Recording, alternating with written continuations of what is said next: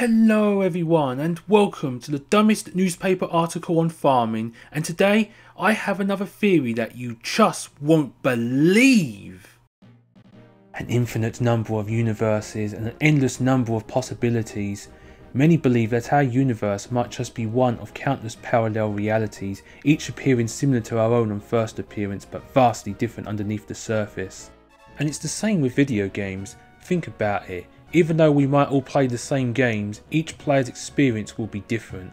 In one universe, Mario will defeat Bowser and save the Mushroom Kingdom without taking a hit, but in another, he dies to the first Goomba and all hope is immediately lost. Even the simplest of games are comprised of thousands, millions, possibly billions of alternative universes for everyone that ever attempts to play them. And when it comes to a complicated game with countless variables such as Pokémon, well, the potential for parallel universes would be mind-bogglingly high. There's the name of your trainer, your choice of gender, your chosen starter Pokemon, their randomly generated sex, IVs and nature, the potion you may or may not take from your PC, and that's just within the first few minutes of gameplay. So it's safe to say that no one Pokemon adventure will end up exactly the same. Your quest to become a Pokemon Master, whatever the heck that entails, has more alternative paths to take than a Snakes and Ladders board the size of the moon. I'm sure most people, when asked which video game world they'd most like to live in, they would choose the Pokemon world. Even setting aside how awesome it would be to train and live with what are basically more powerful and intelligent animals, the world appears to be far more idealistic and happy than the average video game location. But would it really be as pleasant to live in as appearances first suggest?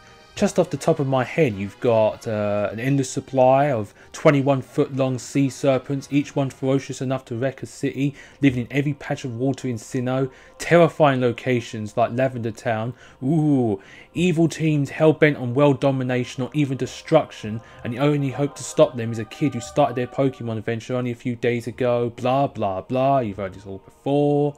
Pokemon is actually quite terrifying, yes we get it, ha ha ha, fucking shut up, oh my god. Living in such a dangerous world would be seriously stressful, so to ease the tension, some players might opt to make their lives easier by using cheat devices to gain the upper hand. Make every Pokemon encounter a shiny, instant egg hatching, change your Pokemon's attack to anything you want, the list goes on. But be warned, game creators don't take kindly to you destroying the structure of their masterpieces. As a counter-measurement against cheaters, if something in your game doesn't match up checksums properly, you might start encountering bad eggs. From the third generation of Pokemon onwards, these terrifying little Robotnik wannabes have been visiting naughty little trainers with no respect for fair play. They come in many different shapes and sizes, some appear in the 19th slot of box 1 in your PC, others will show up in the wild, some can be hatched while others can't, and so on. But whatever type of Kinder Surprise you get, they all appear to share the same purpose, to screw up your game even further, to scare the bejesus out of you and goad you into admitting your foul play and starting a new adventure, this time free from corruption. Bad eggs can crash the game when you just check their information.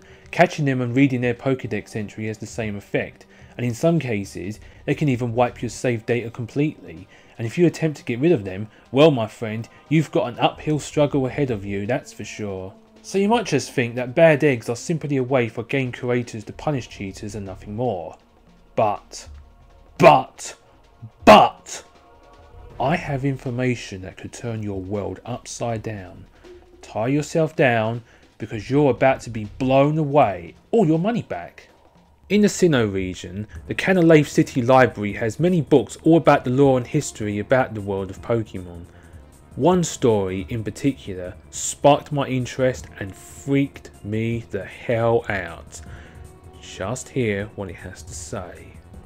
In the beginning, there was only a churning turmoil of chaos.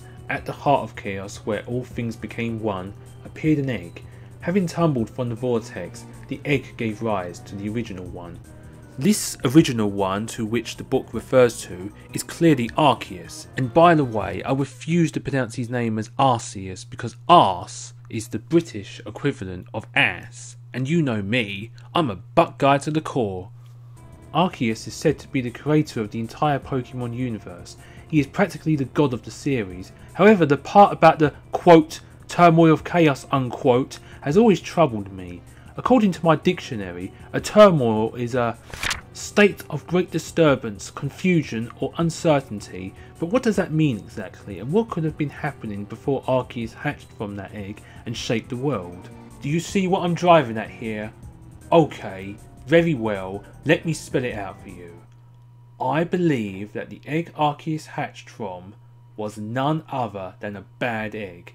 That's right, bad eggs and Arceus eggs are one and the same. Compare the Pokemon universe to our own for a moment. How can we say for sure there wasn't another universe that existed before ours billions and billions of years ago, before the Big Bang? In fact, we already have proof that there was, and his name is Galactus. So continuing with that line of thought, what if there was also another Pokemon universe, or to be more accurate, a previous save file for your game cartridge that existed before you started your adventure, and what if there was another universe before that one, and so on and so on? Arceus, being the all-seeing and all-knowing being that he is, watches the player's every move. This is why the games have a top-down view. You're actually seeing the game through the Pokemon God's eyes. He knows when you're awake, and he definitely knows if you've been bad or good. When using a cheat device to mess around with the game, Arceus is left absolutely fuming at the player's lack of respect for the perfect universe that he and his many arms formed so long ago. He may be a god, but he's got one heck of a temper on him. Just see how well he responds to deceit in the 12th Pokemon movie. Or heck, just see what happened to Giratina. He was being a bit of a scoundrel, so what did Arceus do? He banished him to another world. Unhappy with the damage done to his work, Arceus takes drastic action. He inserts himself into the world and tries all he can to join the player's Pokemon roster in the form of a bad egg, maybe even forcing himself to appear in the player's PC. He then hopes that his presence will either destroy the world, or to be more accurate, the current save file, to force the player to start a new game/world. And the second the old save file is gone, the bad egg hatches Arceus and he creates a new world, which can be played by selecting new game on the main menu. The book in Canalave City described the universe before Arceus' egg hatched as a turmoil of chaos, but keep in mind that the writer of this book was extremely unlikely to have known everything about the event, and as legends get passed from generation to generation, many details are bound to become foggy over the ages.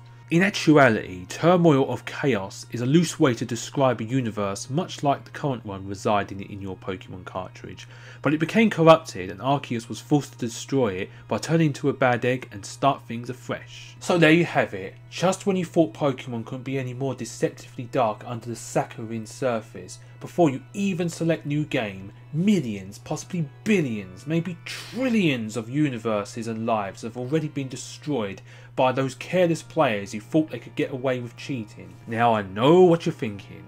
Bad eggs first showed up in the 3rd generation, a full gen before Arceus' debut in Generation 4.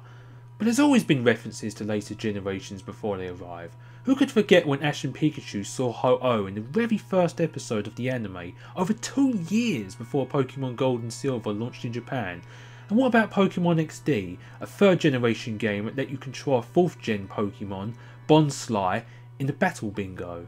So in conclusion, from a game perspective, bad eggs are a mechanic implemented by the game's creators to punish cheaters for corrupting their games, but from a story perspective, they are a way for the universe's creator to get back at those for damaging his universe. So kids, you better watch out, you better not bleep, because Daddy Arceus is making sure you don't cheat, and as for me, I don't think my Arceus can take any more pulling, so I'm out of here. Good night.